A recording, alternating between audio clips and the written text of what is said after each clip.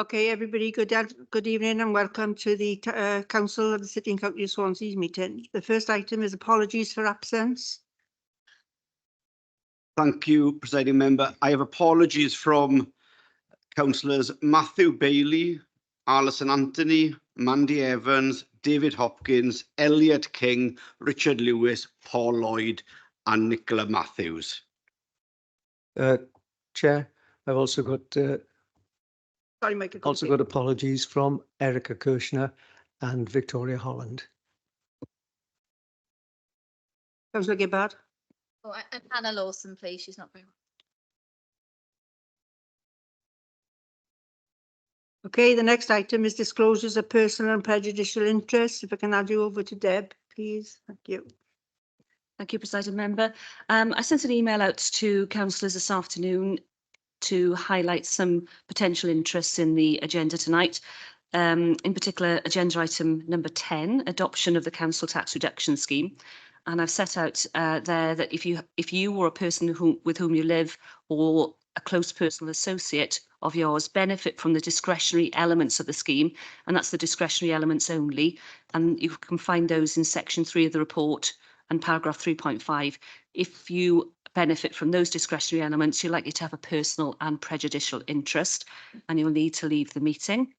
Agenda item 12, the housing revenue account rent setting 24-25.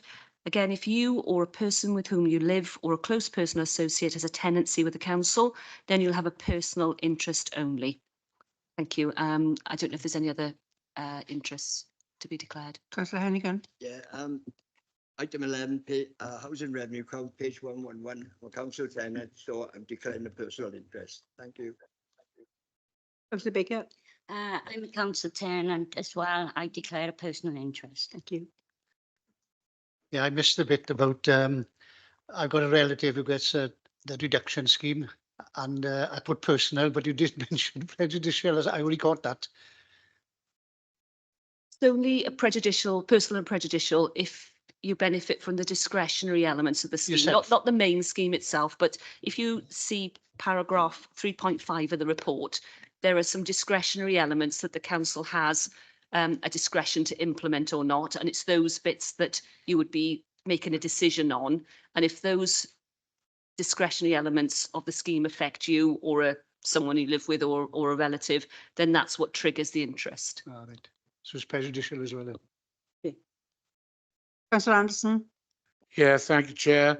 I have two relatives living in a council house. Does that apply to me? Personal interest only. Okay, thank you.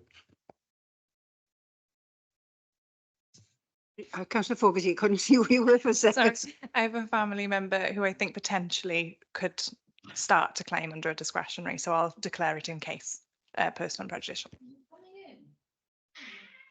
Can I remind you all to fill in the forms? So, oh my God, oh, Councillor White.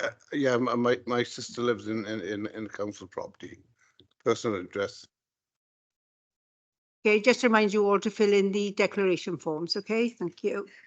The next item is the minutes, and that's on pages 1 through to 7. I'll take them one page at a time for accuracy. So it's page 1. Oh, sorry, I couldn't see them. Sorry. Need to go online for declarations.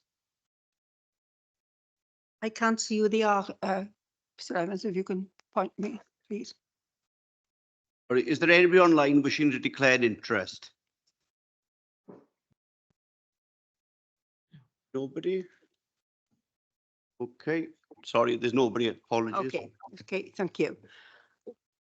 Things have gone up now. Sorry. Was it Adele? Councillor Adam Davis, yeah. Apologies, my mother-in-law is a council tenant. I'm not entirely sure what council tax reduction she might be entitled to, so I'll have to double check, but I'll declare a personal interest on that one, just in case. Okay, thank you, Councillor Davis. Councillor Nicola Furlong. Oh, Nicola Furlong, Councillor Furlong, sorry. Councillor Furlong, do you wish to declare? No? No? Okay, can't see anybody. Oh, she's come back on. Councillor Furlong, do you wish to declare? I think she's having problem with the signal or something here. Councillor Furlong, you're on mute. Yes, I declare a personal interest. Thank you, councillor Furlong. Sorry, in which item? Sorry, councillor Furlong. I've got a relative in a council property. Item 10 then, yeah? Yes. You see me. Councillor Penny Matthews as well, I understand. Okay, councillor Matthews.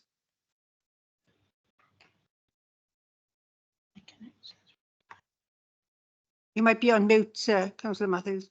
Sorry, sorry, apologies. Member of the family gets council tax reduction because they're currently not working and claiming benefit. So it would be item 10, I believe. Is there anybody else, Mr. Evans? Because I Think that's everybody, no. thank you. Okay, councillor Jenkins. Sorry, Chair. Yeah, if it's a reduction in the council tax, it's my mum gets that, a single person. So that would be item 10, section 3, paragraph 3 and 5. It's actually only if it's the discretionary elements of this scheme that you or a family member benefit from. So I think if it's just a single person's reduction, that won't trigger an interest. It's the discretionary elements that's being decided upon in this report. So, but if you're unsure, you may feel it's easier to declare one. Okay, is that everybody? Yep. Okay, we move on to the minutes then, and that's to approve and sign the minutes of the previous meetings as a correct record. Again, I'll go through them for accuracy. That's page 1, 2, 3, 4, 5, 6, and 7. Okay, Move. thank you, Rob. Okay, the next item is the written responses to questions asked at the last ordinary council, and those are on pages 8 and 9. Okay, then we have the announcements of the presiding member. The first announcement I've got, unfortunately, is one of condolences, and that's the former councillor Nordridge Perrott. It's with sadness that I refer to the recent death of former councillor Nordridge Perrott. Norwich represented the Uplands ward on Swansea City Council from 1994 to 1996, and the City and County of Swansea from 1995 to 1999. So can I ask you to stand for 1 minute silence, please?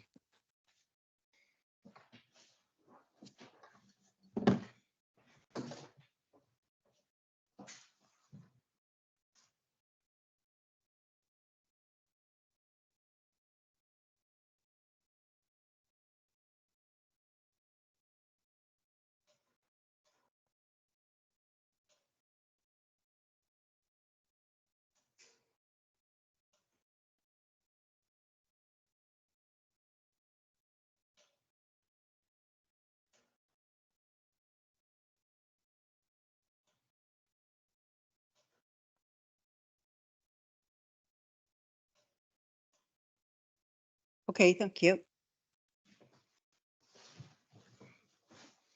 The next announcement is that Britain's best large indoor market has been won for 2024, has been won by Swansea Market. It's the National Association of British Market Authority. Rob, am I right? We previously won in 2015 and 2020, and David Hopkins has been up in, I'm not sure where he is, but he's picking up the award today. Oh, Birmingham. Okay, so I can't even understand my own writing, Rob, sorry. Okay, the next item is the New Year's Honours, and it's the citizens of Swansea who received awards in the New Honours list, in New Year's Honours. It's the Member of the Order of the British Empire, the MBE. It's for Robert Terence Gray, lately boxing gym owner and trainer of Gwent Amateur Boxing Club, for services to amateur boxing in Swansea. Okay, the next is Alfred, I'm not going to note this, Aluf Family. Oh my gosh, Oikail, Director, Black, Asian, Minority, Ethnic Mental Health Support for Services to Minority Ethnic Communities in Wales. And my apologies if I've pronounced his name wrong. The next is the British Empire Medal, the BEM, and that's for Leslie John Want for services to the community in Sketty and Swansea. The next, it's Santa's Dwynwen Day today. It's the 25th of the 1st, 2024. The Welsh and the Celtic patron saint of friendship and love. The popularity and celebration of St. Dwynwen's Day has increased considerably in recent years. And please remember to tell your partner that you love them.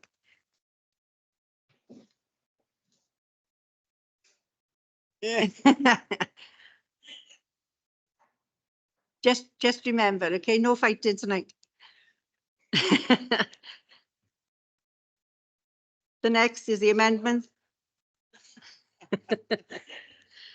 The next is the amendments to the corrections of the council summons, and it's an urgent item. I got a notice of motion for Tartar Steel. It's pursuant to paragraph 100B, bracket 4, bracket B of the Local Government Act 1972. I consider that the notice of motion, Tartar Steel, should be considered at the meeting as a matter of urgency. And the reason is, given that Tartar Steel recently announced their intention to cut thousands of jobs this year, which will have a huge local and regional impacts. This is the only opportunity for this council to consider and debate this motion and put pressure on Tartar Steel and the government. And that's the end of my announcements. Thank you. And on to announcements of the leader. Councillor Stewart. Yeah, thank you, Presiding Member. Only one announcement, and it relates to the motion. Obviously, everybody would have been really shocked by the announcement made by Tata Steel and the UK government last week. Just to update that since then, I've taken action with the WLGA. All of the group leaders within the WLGA and all 22 leaders have signed a letter which has gone to the UK government asking them to reconsider the outlined approach to the steel issue in Tata.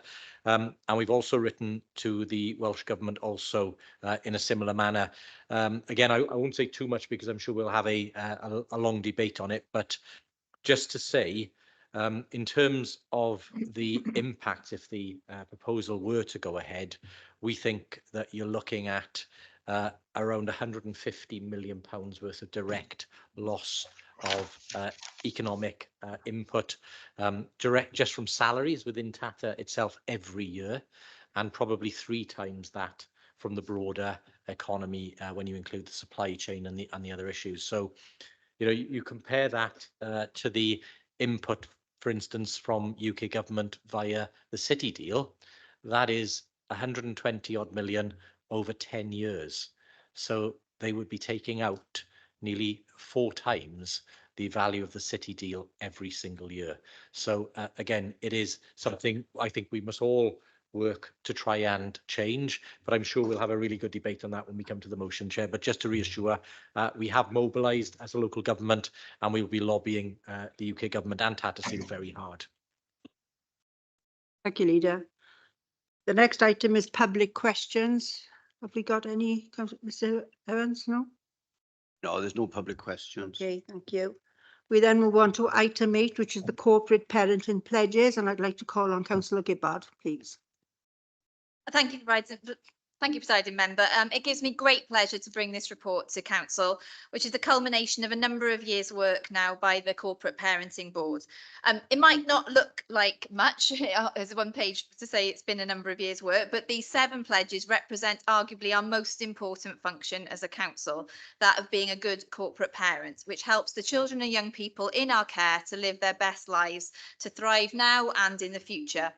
Importantly, we didn't just pull these things out of thin air or through closed discussion as councillors and officers, but we were led throughout by our care experienced young people who gave up their time to work with us to share their experiences. And I'm really happy to say they've given up more of their time to be with us today. We've got Rose and Aaron here who are going to speak in just a second, and some more of them up in a public gallery there. So I hope we can all give them a very warm welcome when they speak in a second.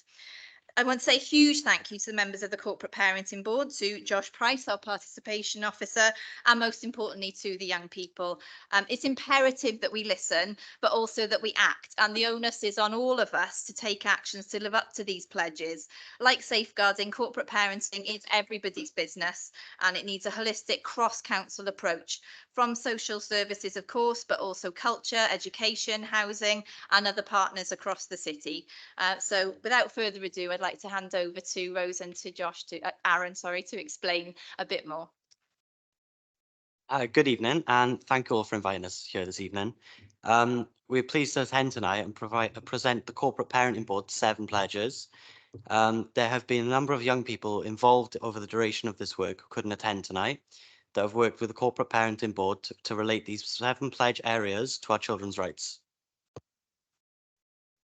With the support of the Corporate Parenting Board, the pledges will ensure that every young person in care has the opportunity to live their best life, make use of all the experiences that are on offer to us, and that all care experienced young people are fit and healthy, both mentally and physically.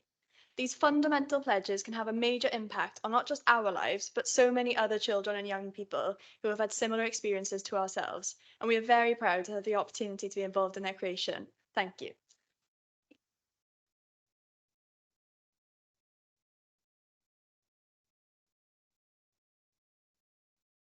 Councillor Gibbard, wish to respond? Yeah, I just wanted to formally remove the report, and again thank everybody for what they've done, and in terms of giving up the time, sharing their lived experience is so important. And in the spirit of the next item on the agenda, it's really about having children's rights throughout. Rob, did you want to? Yeah, Presiding Member, yeah, I'm happy to, very happy and proud to second the report. And I just want to thank all of our care leavers here today for their efforts. We did, as you know, Chair, just before the session, we had a little bit of a try in the chamber. They've taken the opportunity to sit in the Leader of the Opposition seat, the Leader's seat, member of the Cabinet, and the Chair themselves. And they certainly slipped into the roles. And I know they've also pitched for Dave House's role. One of our care leavers is keen to get to become the next director of social services for us. So well done, everybody. I think it's a fantastic piece of work, and look forward to implementing it and improving the services for carers who come after you. Apologies, President Mayor. I just wanted to mention as well that they've been working on a fantastic series of podcasts as well, which we hope to make available on the council website or in some form that so that we can share with you all as well. And those of us in the Corporate Parenting Board got to hear some clips of that, and they had a launch last week, and they're really outstanding. So again, thank you for the work on those. Okay, before I move to the vote, can I come back? Can I pass on my congratulations? It's intimidating to have to speak in front of everybody, so I know what it feels like. So well done, everybody. So I'm going to go to the vote, and the recommendation is on page 10. And it's that it's the report is attached, pledges are forwarded to full council for approval, which it has. So kind of oh, sorry, Councillor Lyndon Jones. Oh, so, thank you, Presiding Member. I was only going to say that I totally support the and the group totally support the pledges, and you know, in particular, really no barriers to opportunity, because they really deserve those opportunities and good education and a good job. And I know that the scrutiny panel on education, which I chair, we look at this on a regular basis to make absolutely sure that there are those opportunities in education throughout Swansea. And I know when I speak to the Director of Education and the Cabinet member, we are speaking to an open door on these issues. Thank you, Councillor Jones. Councillor Fitzgerald, did you wish to speak? Apologies, Chair. I put my vote up for the motion too speedily. Mr. Evans, is there anybody else with their hands up, because we can't see them very clearly? Councillor Paxton Hood-Williams. Councillor Paxton. Thank you, Madam Presiding Member. Yes, we had this report presented to us this week in the Child and Family Scrutiny Performance Panel. The Cabinet member was there. She knew it was very well received, and we're really pleased and with the progress that's being made there and the work that's been going in. not just by the department, but obviously by the people, the children who've been, young people who've been involved in preparing these as well. Thank you. Thank you, councillor. Okay, we now move to the vote then. So all in favour of the report?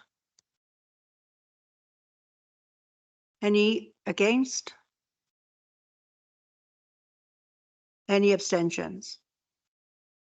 That's unanimous. Thank you very much. And thank you all for your attendance tonight. Okay, you're welcome to stay, but you're also welcome to go if you don't want to sit through it all. Okay, thank you. Okay, the next item on the agenda is item 9, which is the progress report on Swansea Council's Children and Young People's Rights Scheme for 21-23. And can I call on Councillor Hayley-Gwilym, please? Thank you, Presiding Member. We have a duty to bring this report here, and as you will see from the report, details the progress of the whole council approach taken to Children and Young People's Rights Scheme. The council originally adopted this in 2014 to ensure that we were compliant with our duty to have due regard to the United Nations Convention on the Rights of the Child. This is the 5th report and focuses on the 5 right way principles. And a huge amount of work has been undertaken since 2014 to embed the rights across all council services, and the progress report evidences this quite clearly. Alongside the report and contained in the appendices are the plan on a page, which is co-produced with Children and Young People, who identified priorities, and this piece of work has been recognised as best practice by the Children's Commissioner for Wales, who suggested that it's used as a national model. The plan on a page identifies key priorities.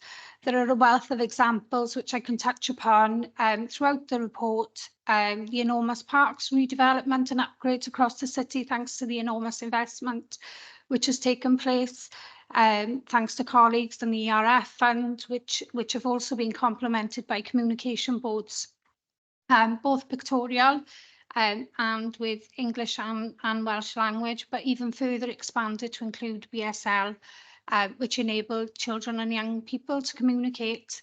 A great example of inclusive practice, providing voice, choice and control for our young people.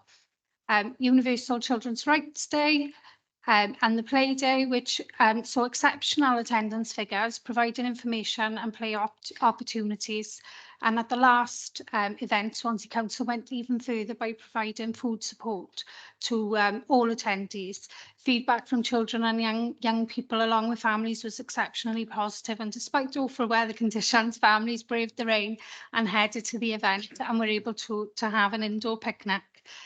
We as a local authority also provide coast grant funding, which has supported lots of children to participate in activities across the city, but also ensured that those children and young people with protected characteristics were afforded and broke down barriers to provide them with opportunities that may have been beyond their reach, which include surfing, cookery, growing, LGBTQ specific sessions. And I think that we can all see that the impact of these is enormous, and it's reflected in the report. The CMET Youth Panel and obviously the young people at work on the corporate parenting pledges. So it's been really impactful and really important work across the city, and the Rights Way approach is very much framed around the human rights principles, which sits nicely with us being a human rights city. And I ask that the recommendations outlined on page 1 of the report with the revised reporting cycle be accepted and formally move the report. Thank you. Yeah, thank you. I fully support what Councillor Gwilym has said and formally second. Councillor Mary Jones. Thank you. I did tell the leader I had 50 questions, but it's not really. Thank you for the report. I have to say it's a very in-depth report and there's so much information. It did take quite a bit of reading, but I did try and go through it. The first one is a comment really. It's page 24, and I'm glad to see that you've said an easy read version of the report will be available. Judging by what I just said, it was a lot to read. But then again, the information in it is extremely informative, and obviously a lot of work has been put into it by both officers and yourselves. The second one, I might need a written answer. I do accept that. It's page 43, and it's about the children's rights and the participation sessions. We've already heard about the ones for the corporate parenting, but it says about schools, and I just wondered which schools had been involved and if the ward member or governors of that school were involved as well, or did they know about it? It's not a criticism, I just want information. I'm not, because I think you do, you know, it's done a fantastic job. And then when you go on to page 77, I think it is, but it's all those pages like that. Listening to learners, I think it was brilliant. I like the way it's all set out. That is an easy read, I must admit. It's a pity we have to have the dry bits as well, but congratulations. But I would like to know about the schools. Thank you. Councillor William, do you want to? Yeah, thank you, Presiding Member, and thank you, Councillor Mary Jones. Yeah, all schools are reached out to participate. All schools have student councils, and that's worked with the children's rights officers and our engagement and participation officers. Ward members are invited if schools ask, which is in this instance is that they ask to come to the council chamber and participate. So ward members are always notified of that and given the opportunity to attend. I don't think there was anything else. Was there two questions? No. Okay, thank you. Brilliant. Councillor Mike Day. Thank you, Presiding Member. And first of all, I'd like to thank Councillor Gwilliam for the report, but also for all the hard work that she does. And I don't think there's anybody here today who would want to say anything different about the work that is going on with the children and young people. And I think it's to be congratulated. I'm sure we'd want to pass on our thanks and congratulations to the officers as well for all the work that they're doing. It was just a sort of something which is just at the back of my mind, really, and it may require a meeting in itself. But Councillor Gwilliam referred to, the impact that is having upon children and young people. But I wondered if there's any research that we're aware of that is actually able to measure that sort of impact. What sort of difference is it making to children and young people's lives? There's a lot of activity going on, and I'm sure that is having an impact. But I wondered if there was any kind of research that we'd be aware of which would enable us to think of ways in which we could kind of measure that.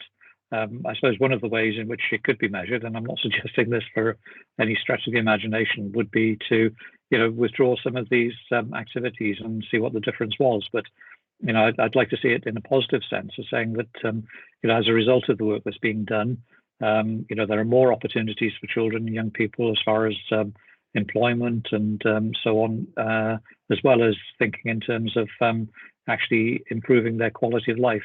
So as I said, it might be that there would be a need for us to look at that possibly in one of the scrutiny performance panels. But I think it's something which I might be interested in looking at further.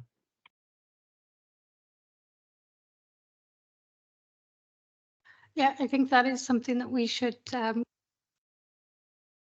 Sorry, that went off then. Yeah, I think it is something that we should revisit outside of council. But yeah, I'd be very interested as well.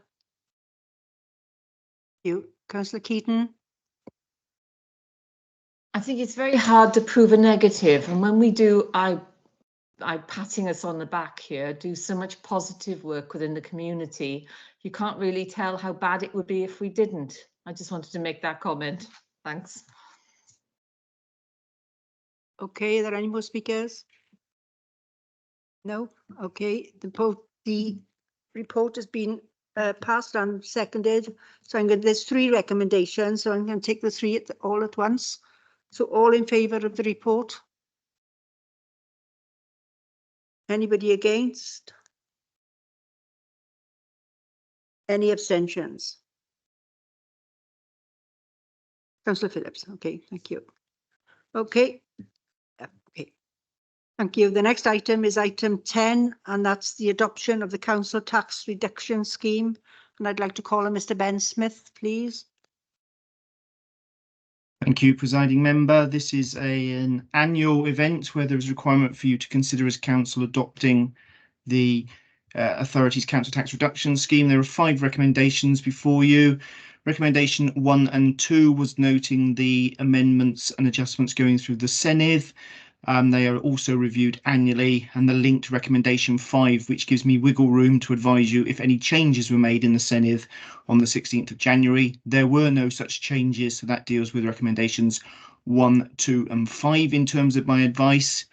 By way of reminder, the bulk of the council tax reduction scheme prescribes statutory minimum standards so that all 22 authorities offer the same reductions, but it does also provide a limited amount of opportunity for discretionary elements.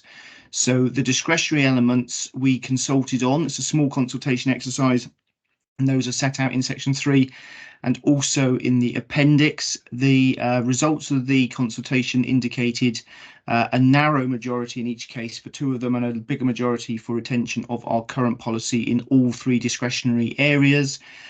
Given the advice set out in the report, which is our funding is fixed and the amount that falls to council to fund if we are to be more generous in discretion is becoming more burdensome, my officer advice is that it is correct to consider retaining the existing discretionary scheme as unamended, but it still requires you to formally so adopt it, and those discretions are set out in the report in terms of the normal arrangements around income disregards and war pension disregards and such like. So my advice to you as the officer is to adopt the report as set out, with the rationale for why we provide those 3 discretionary elements on top of the statutory scheme, noting the amount that falls to general taxpayers to meet the cost which exceeds the amount that we are funded by, noting also the majority, albeit in 2 cases a slim majority, for continuing with the existing scheme. So that would be my advice to you, presiding member. Thank you. I would look to members, probably to the leader first in terms of looking to move, and a seconder for the report, but I'm happy to ask questions if there are any. Thank you.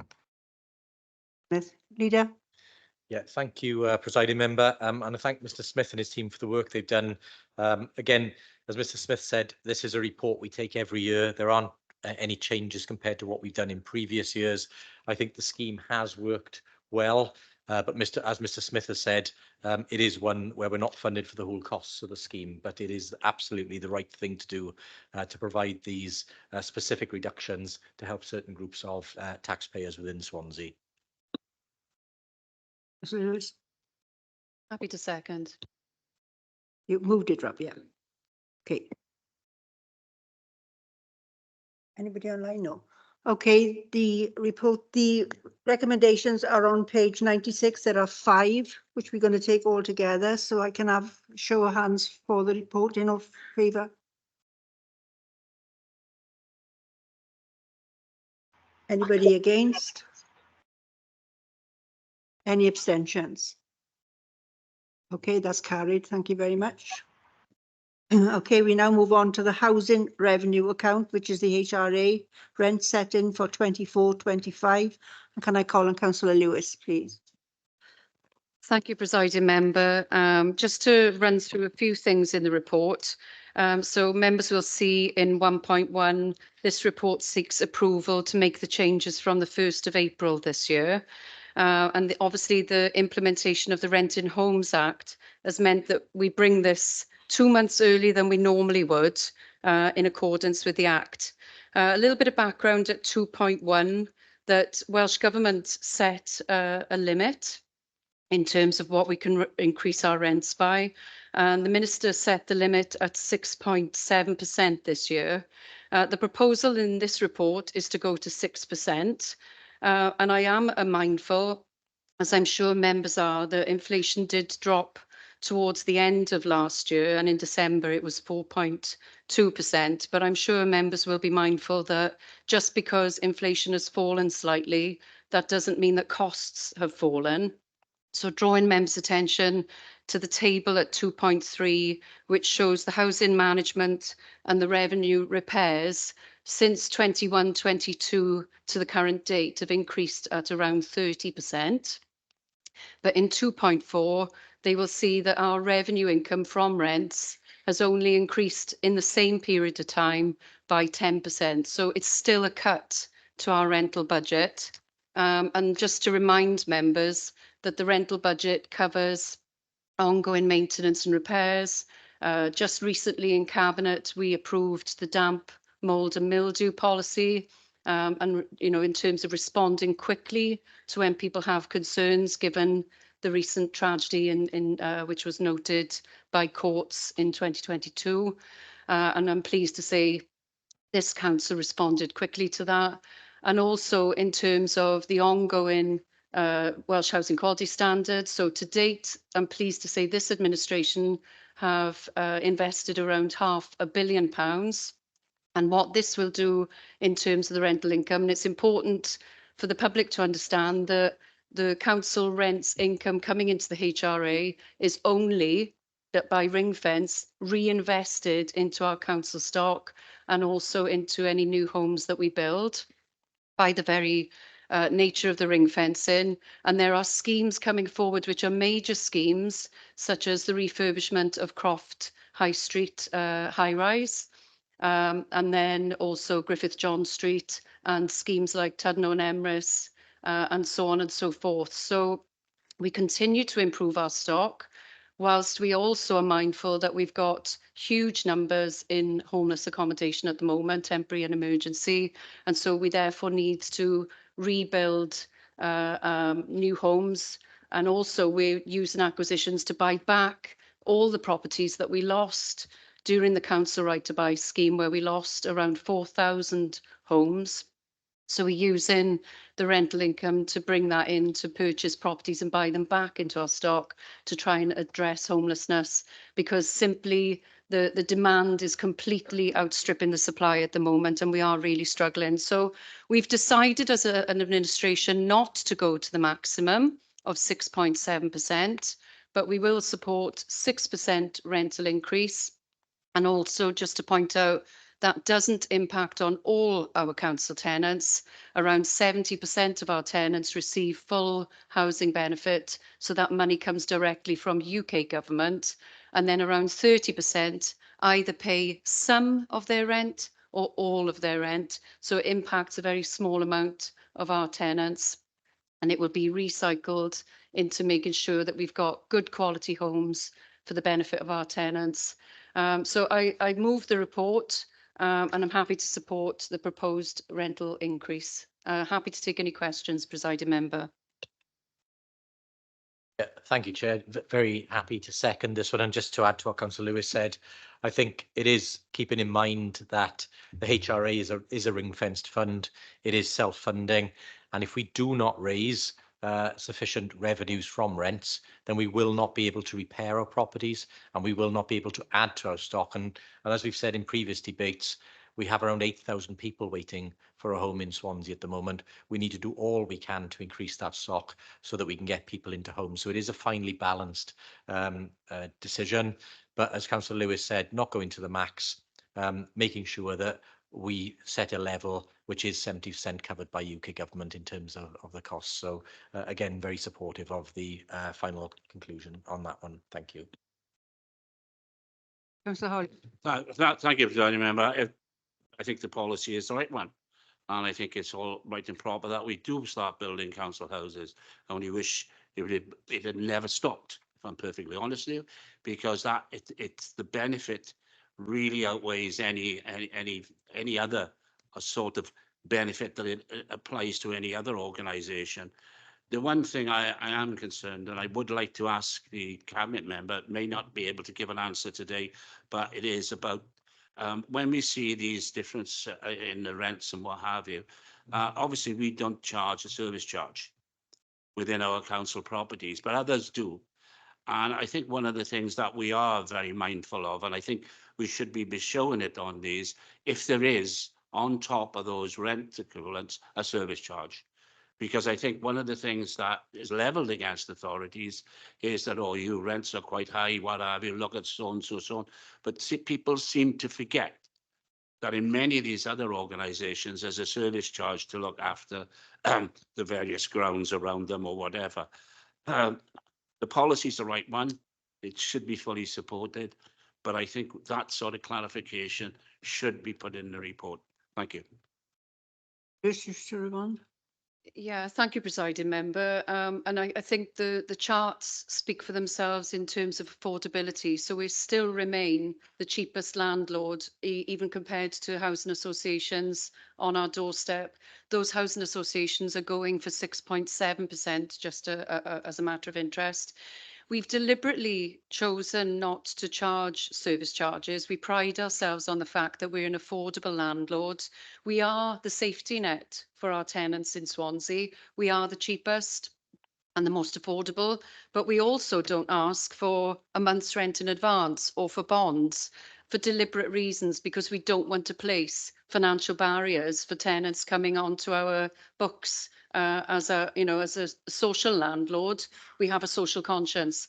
But in terms of the maintenance, the service charges, I will speak to officers regarding it. But my understanding is that it's a deliberate decision that we have made not to add an additional financial burden onto residents. I clarify this, and I think we are right in not doing it. But what I would like to know is what the other RSLs are doing, because I think that we should be showing the public the difference between what we do and what other RSLs do. Thank you. Mr. Lewis. I'll take that forward with officers. Thank you to Councillor Holly. Councillor Jardine.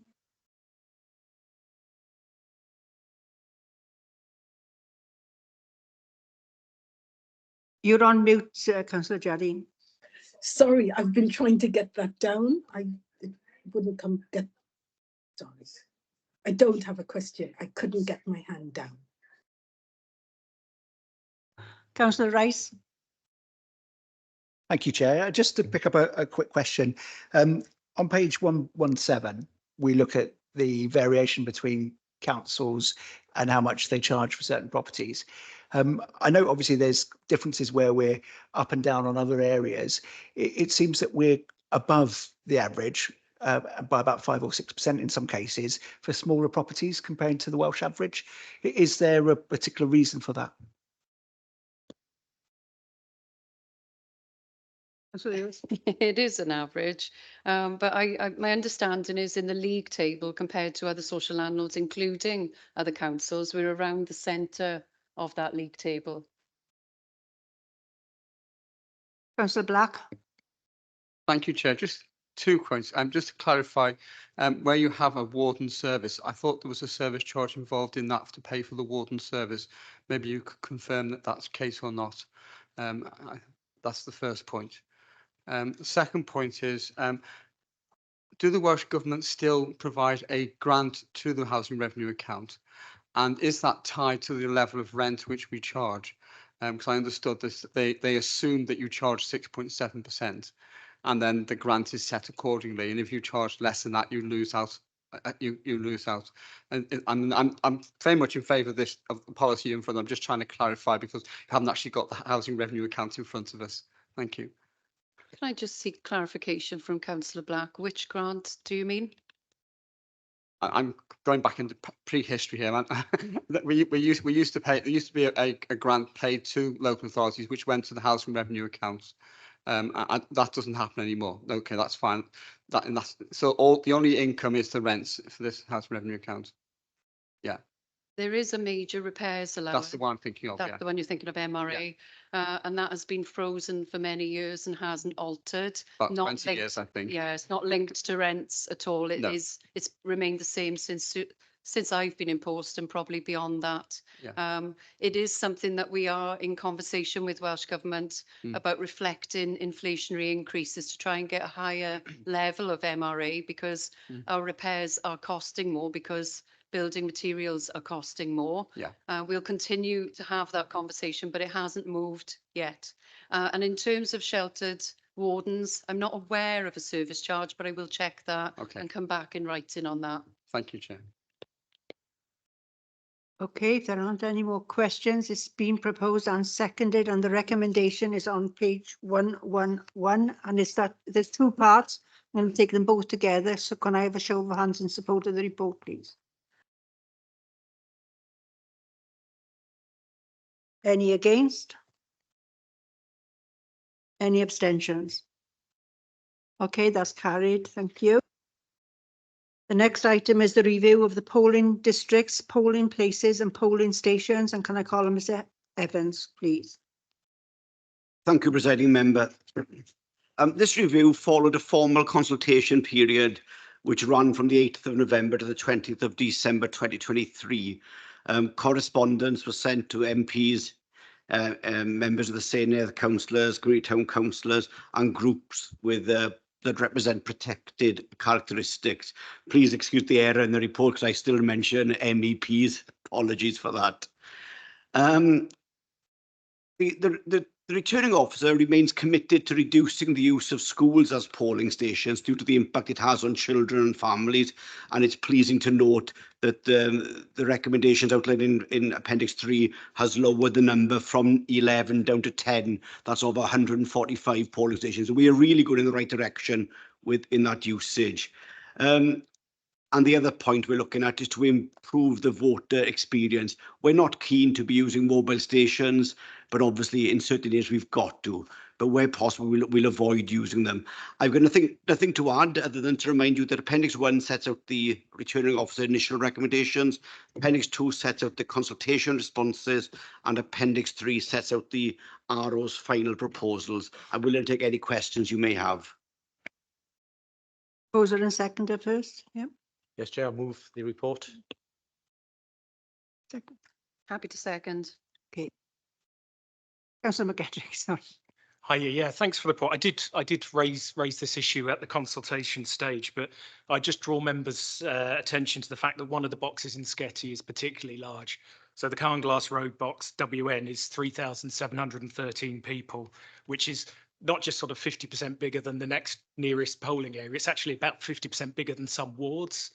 So I guess the question I'd like to ask, you know, in order, we don't want to have queues, we don't want to, well, that'd be a good problem to have, but it is possible. I think two things. I mean, at what point is that area getting too large? And secondly, I know that schools and mobile stations are not favoured, but again, is there an argument for it when those polling areas are starting to get large, given there has been house building, for instance, there? If I can come in on that. Well, firstly, I take your point about 3,000, but yes, there are 3,000 in the polling station, but there are 2 polling stations in that area, so that the queues are instantly managed. We put up the room. It's a big venue we're using, so I don't see the issue. In St Thomas some years ago, we had a triple station in one venue. These things are quite commonplace, and we look to the best voter experience we're looking at. If you've got any suggestions in the area, we're always willing to look at, but we're not keen to going back to schools because of the impact it has. And I really want to avoid going back that way. And mobile stations, they're not great for anybody. But if you've got any physical buildings, always willing to listen. Councillor Phillips. And I apologise to Mr Evans for asking this question now. I didn't notice it before. I refer to page 133, Castle Ward. At the bottom of the table on Castle Ward, the bottom line says we are combining XG with HX1, but HX1 has been combined with HX2 in the first Castle line, and XG has been combined with HS2 in the following line. So it seems to be being combined twice.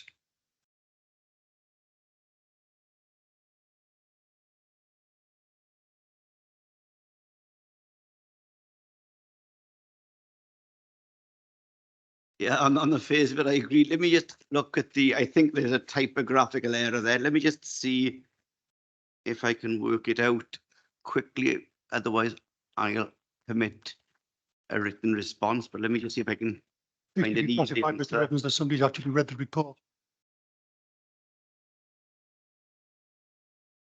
Now, the bottom one is being combined with one that's combined in the first line. XH1 is referred to twice. That's the point that Councillor. XG is being combined with HS2. Yeah. Yeah, but it looks to be that it's X and G, XG and XH1 are being combined together in the third line, but it's also being combined with XH2. Yeah, what I think is actually happening there the 3 are all going to form a Bryn Melyn Community Centre polling district. That's what's happening. These are purely lines in the ground. They don't affect people. They go to the same polling station. It's purely administrative change. This is. It doesn't affect anybody, and no voter will see any change in this. I can see it. I can see what's going on now. Except the fact you can't. If I can explain it further, Bryn Melyn used to be double station. Given the numbers, it's now going to be a single station. That's the honest reality of it. Why couldn't that be a single line then, and everybody would understand it without argument?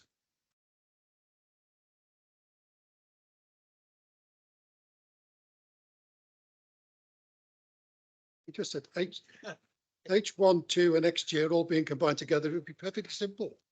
Are you okay now, Councillor Phillips? Are you okay? Yeah, why did it say that though?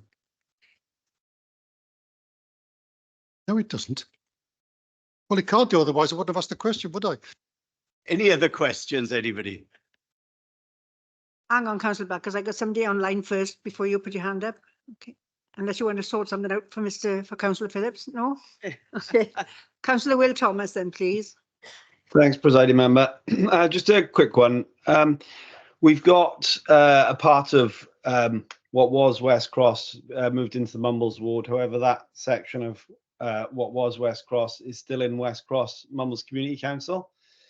We often have by-elections in the Community Council, so I'm wondering if those people, where they will vote on a West Cross by-election, because it's all the way in Norton, and that which is a long way. And also, I would worry about the West Cross polling stations both being in the south of West Cross.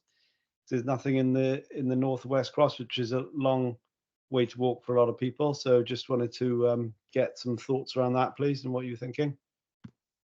Okay, as the report was, it was out for consultation. We were asking for people's views and opinions. If you've got alternative venues, please give them to us. That's the purpose of this report. We don't have the answers for everything. That's why this is here. So if you have a suggestion, please forward it to me so I can consider it. Yeah, I think at the moment, the fact that something a Mumbles area is in West Cross makes little difference to the ability to vote, and of course, postal votes are always available. Hopefully that helps. Sorry, Councillor Fogarty. Yeah, just for a point of information, there is a third polling station in West Cross at Whitestone Primary. Ideally, it wouldn't be in Whitestone Primary. I know you received representations to that effect, but there is no alternative venue. And I think a portion of the voters that Councillor Thomas is referring to would in fact be voting at Whitestone, so it's not as far to go as all the way down to Norton, just as a point of information. Yeah, it just says alternative venue sought. That's why I brought it up. Thanks. Councillor May. Thank you. The lettering of the polling stations fall in alignment with the old parliamentary constituencies. For example, W and X prefixes form the old Swansea West, and I think E's and F's form the old Swansea East, and I think G's form the old Gow, didn't they? So are there plans in the future now to realign them with the new parliamentary constituencies, with new letter codes to fall into line with referencing? Yes, absolutely. This report actually covers it, but doesn't give you the codes. It's happening. It's a statutory change, so yeah, it's happening. We will share the lists once we have them, but yeah, the new codes, but it doesn't affect anybody.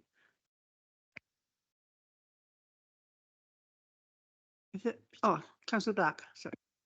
Thank you, Chair. Just in relation to the Appendix 2, very much welcome the acceptance of moving the part of Eaton Road, Millwood Street and Zoot Street to into the Bryn Hyfryd box, so residents don't have to climb up the hill when there's a polling station just over the road from them.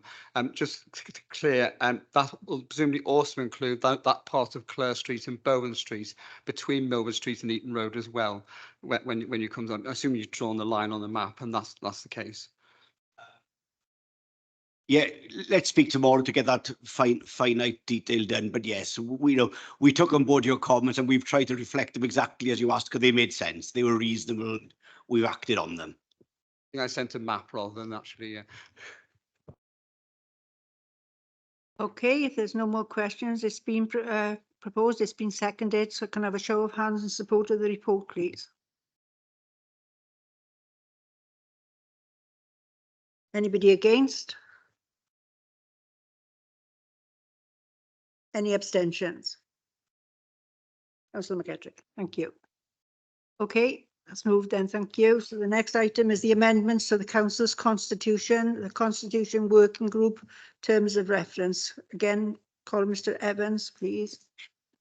This report has come from a recommendation of the CWG, the Constitutional Working Group. We're looking to amend the terms of reference slightly to enable it to consider any issues that requires cross-political group discussion. It's quite useful, not a decision-making body, and I want to make that point quite clear. It's just to allow discussions on a formal basis. Nothing further to add. Good. Yeah, Chair, happy to move this. We've had discussions at CWG and I think all group leaders are in agreement with the report, so happy to move.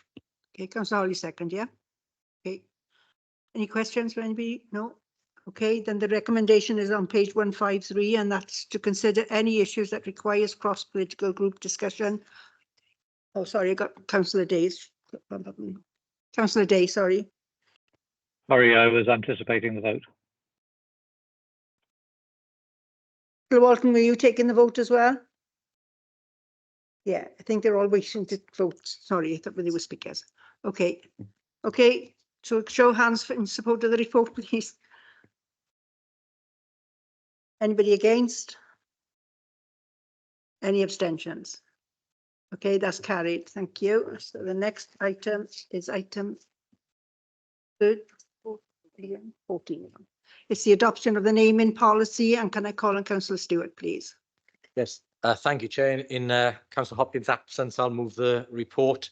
The adoption of a naming policy is something that's been discussed at, again, it's Constitutional Working Group. It's there as a framework to allow us to bring forward names of individuals who have made contribution to Swansea. It again will allow us not only to name new places that we create as part of regeneration, but also to revisit some names that may have become outdated across the city. So again, nothing to add to the report. I think it's very sensible. There's a lot of discussion gone on, and I think it's a policy we can put into practice very quickly. Have a seconder, please. Chris? I'm very pleased to second it, because I think there are a couple of things that come to mind that could be named. I won't mention them here to embarrass people, but it is something that has been sadly missing, and I welcome the policy change. Okay, it's been moved and seconded, so we go to the report, which is on 156. So I can have a show of hands in support of the policy. Thank you. Any against? Against, Linda, yeah. Okay. So Evans, we got that. And any abstentions? Okay. We move on then to councillors' questions on page 171. And the first one is from Councillor Peter Black. Any supplement? The next is from Councillor Peter May. Any supplementaries? Councillor Rice. Oh, sorry, I've got you one must be. perhaps. Does the council envisage any more applications on top of the 4.5 million that's already been secured in the future to the Welsh Government? So in terms of Debenhams, we were very grateful to the Welsh Government for the support they've given to this point. Of course, it isn't the only site within the city centre that the Welsh Government are co-investing with us. So I wouldn't rule out further contributions from the Welsh Government, but we're not working on the basis that there will be at this point in time. Rice, did you speak? Thank you, Chair. Just a couple of quick follow-up questions. I note from the response, obviously, it's focused the leader's mind on the finance involved.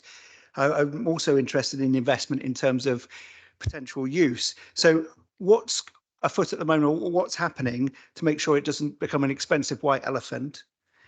And secondly, with £4.5 million committed through expenditure already from the Welsh Government in terms of support, do you think that this project is worth spending 4 times as much as you did on roads last year? Actually, the second point is simply untrue, and maybe Councillor Rice would wish to withdraw that because our investment in roads was more than he suggested. If he's saying it's 4 times, then we'll have spent less than or around £1 million on roads, which is simply not true. I think our total investment in roads last year was above 5 million. In total, I can check the actual figure, but he may want to withdraw that comment. I think yes, it was above 5 million. In terms of the how it making sure it becomes a viable site, well, I think you've got to look at the proposal to do nothing against the proposal to do something. Had we have not acted, and of course this council acted before Debenhams went into administration to keep the Swansea branch trading, we managed, in doing so, we managed to keep that business trading for longer than it otherwise would. And of course, Debenhams itself was an extremely well trading store in terms of its location nationally for Debenhams at the time. I think being interventionist, making sure that we take the right steps to keep our city centre functioning. If there is no centre to the quadrant, then it's likely to impact other traders and the decisions of other traders to move out to the quadrant. So it's essential that we took action there. Our agents are already taking steps and having discussions with a number of potential retailers. We have a number of options on the table, from a single occupier to multiple occupiers. It's a very large site, about 160,000 square feet. So it probably can bear more than one occupier. And again, it may be not just retail, it may be other operations that come out of there. So again, if those of you who look at the national press announcements over recent weeks, you'll have seen moves in the high street of different retailers taking over the old Debenhams stores. But there are others. And one of the things the Cabinet has been very keen to see is additionality in the city centre. So adding to the mix of retail that we have there. But, you know, if Councillor Rice's view would be council don't do anything, just leave it to somebody else to fix, I certainly couldn't agree with that approach. And I think it would be damning for businesses in the city centre to have an administration that didn't care about our city centre. Councillor Back. Thank you, Chair. One of the conditions of the grants which the Welsh Government has imposed, or agreed rather, is a requirement for a steering group with Welsh Government to confirm occupation and usage, including consideration of longer-term options for occupiers. Could you give us more information in terms of the terms of reference to that group, its membership and timescale, and whether that has a finite existence? Will it be a will it cease to exist once it's fulfilled its purpose? In terms of a steering group generally, there is already one in existence in terms of the council, which many of the members of the Cabinet and CMT sit on. But in terms of this formal board, is being set up at present, I believe. And obviously, once it's done its job, it won't continue, I would have thought, once the new tenants are in place, because it won't have a function then. So timescale in terms of setting it up and terms of reference? Setting it up ASAP, because obviously we've been moving as fast speed to get our marketing together so the agents can engage with potential occupiers. We're now getting to the point where we've got responses from those occupiers, which we can consider.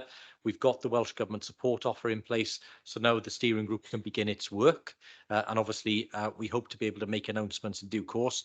But you'll also note that the quadrant is also on the market at the present time, and they're in a live bid situation. So there are many moving parts to this that we need to be mindful of. And in terms of timescale, I think at the time when we made the announcement about purchasing Debenhams, we want that filled as soon as possible. But of course, if it is multiple occupiers, even if it's a single occupier, there are works to the mechanical and electrical systems that will need to be done. There's the fit out of the stores that will have to be done. So inevitably, you're talking many months of construction work before you will become an operational place within the quadrant again. But the sooner we can get to the point where we can announce who those tenants are going to be, the better, and that we are working to do. If I may, Chair, as this is a joint steering group, will the Welsh Government officials on that steering group have any veto on what we want to do with this? Not as I'm aware. We have had detailed discussions with the Welsh Government prior to the money being awarded, and there are clear lines in terms of how the money can be used, and those are ones that we pre-negotiated with the Welsh Government, so I do not believe they've got any power of veto over any decisions. Councillor Holly. Thank you for the explanation, Leader. I don't disagree with us purchasing it and what have you, because at the end of the day, it's a very, very big store alongside a multi-storey car park in the centre of the city, and we have to do something with it. Now, I know Cardiff having theirs demolished, Newport having theirs demolished, Carmarthen are turning theirs into a council hub.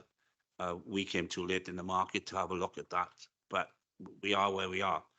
The one thing I would say is when we actually start on this, I do think it would be beneficial for the council if there was a confidential briefing about how this is going to play out, because it is a major store in the city centre. It's a huge investment, and I suspect it's going to be even more in the future, because whatever we do, we, as you rightly pointed out, we will have to spend money doing the mechanical, the electricals, whatever, even if we have to have a fit out done on it. So I suspect that it would be advisable that if we had a confidential briefing for members about the future of this particular store. Thank you. Yeah, thank you, Councillor Holly. I think, look, we've offered that to the scrutiny panel that looks at all of our regeneration schemes. And again, I think, you know, we've agreed to go into private session to do confidential briefings on that. So that's certainly in trail anyway. In terms of coming back to all members on this, at the appropriate time, got no problem again with doing that. But at the present time, we are in the process of speaking to potential tenants and then looking and evaluating the options. Once we have a potential way forward, I think that's the appropriate time then to hold that briefing. Okay, thank you, Councillor Stewart. The next question is Councillor May. Thank you, presiding member. First question is due to certain elements of the arena complex. How can I put it? Yet to be finished. Does this 46 million figure, is that the final figure, or are there going to be any sort of further figures to finish the project? And does the leader have a sort of time scale of when everything will be fully operational? Yeah, so we haven't included the figures for the completion of the elements with the multi-storey car park and the units, because members will know that is subject to administration at the present time, and therefore we are in discussions with Wilmot Dixon in terms of a scope of works to complete the remaining works that were left by Buckingham when they went into administration. We're obviously having to wash everything through the administrators as well, so it's a complex picture.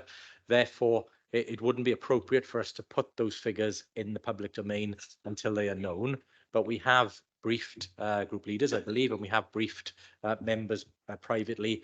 And again, as we've said publicly, we have retained and protected the council's position against more than we believe the remaining works are, to ensure that the council taxpayer is not out of pocket in terms of any remaining works that need to be done. In terms of timescale, I would love to be able to say it'll be done by the end of the month, but the reality is you've got to work with the administrators. We've then got to make sure that Wilmot Dixon scope of works is something that can be fully agreed. That will be the next phase. Then they will get on to the works. That will include retendering some of the packages of work, hopefully to local traders who potentially will have lost out by the fact that Buckingham went into administration, and we're keen to make sure those that potentially would have lost out get another opportunity to bid for the work and have an opportunity to finish the job, and that's important for our local trades. And then, of course, they get on with the job of finishing the remaining works. So taking all that together, I think late summer is probably where we're going to end up. Again, it's a similar answer that I gave to Councillor Holly when we were at scrutiny, but I can't really give you a date until we get that scope of work back from Wilmot Dixon, and then we will be able to answer that question with confidence. All right. Thank you. Just in reference to the last question, I'm happy to provide the evidence for the information I provided. In terms of the expenditure of £46 million, which has been made on the arena so far, what percentage or what figure has come from funding which is not directly from council resources? And does the leader expect any financial payback in terms of direct cash or money in future from any tenants in terms of being able to reduce the cost to the council? Sorry, Apologies, Councillor Rice. Could you repeat that question again, please? I missed the first little bit of it. Okay, no problem. So the first part was, what percentage or figure of the £46 million was provided by a funder which is not the council? And the second question is, does the council expect any of its financial investment to be returned through any of the private partners or occupants in future? Okay, so the first question is, that is already detailed in the arrangements for the city deal, because this is a city deal project, and that would have been co-funded by ourselves, Welsh Government and UK Government. I think those figures are already public, but I'm sure we can recirculate them so that you have them. In terms of the second one, I'll need to take advice on that one and come back with a written answer for you. We move on to question 4 then, and that's again from Councillor Peter May.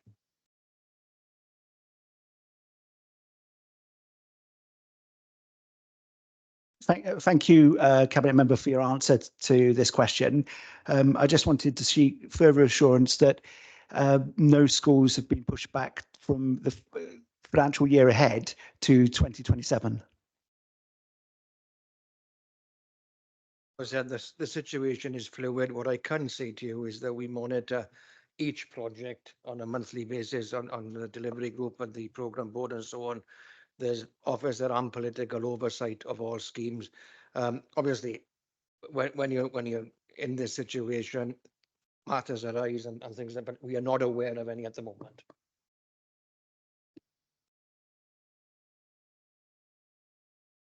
Question 6 is Councillor Sam Bennett, please. Question 5.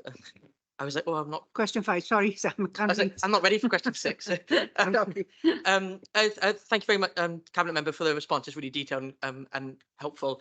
I just wanted to pick up on a couple of things. I mean, obviously, the use of burning any materials is going to reduce air quality, so it's helpful the information is there, but it's not necessarily in answer to the question. It's reducing carbon emissions, but it's not improving air quality for residents in the area.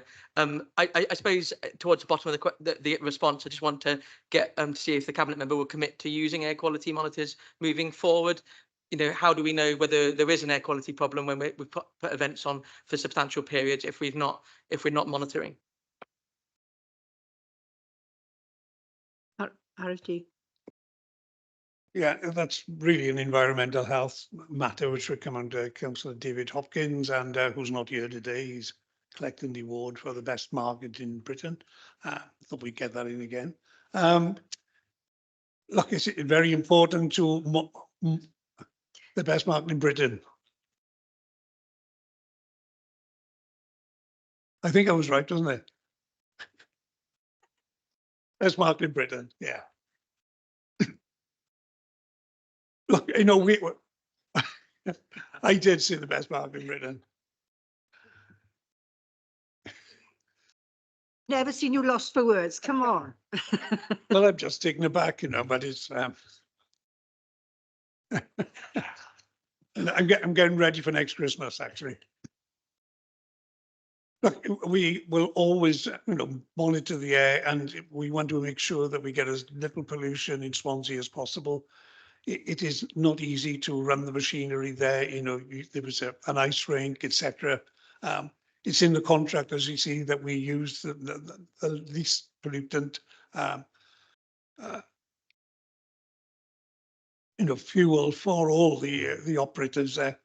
We will continue to monitor that and put the contracts out accordingly where we can find better solutions. And it's never easy.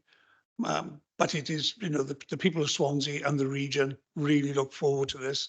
And it's either we do it this way or not do it until we get a better solution. That is affordable as well.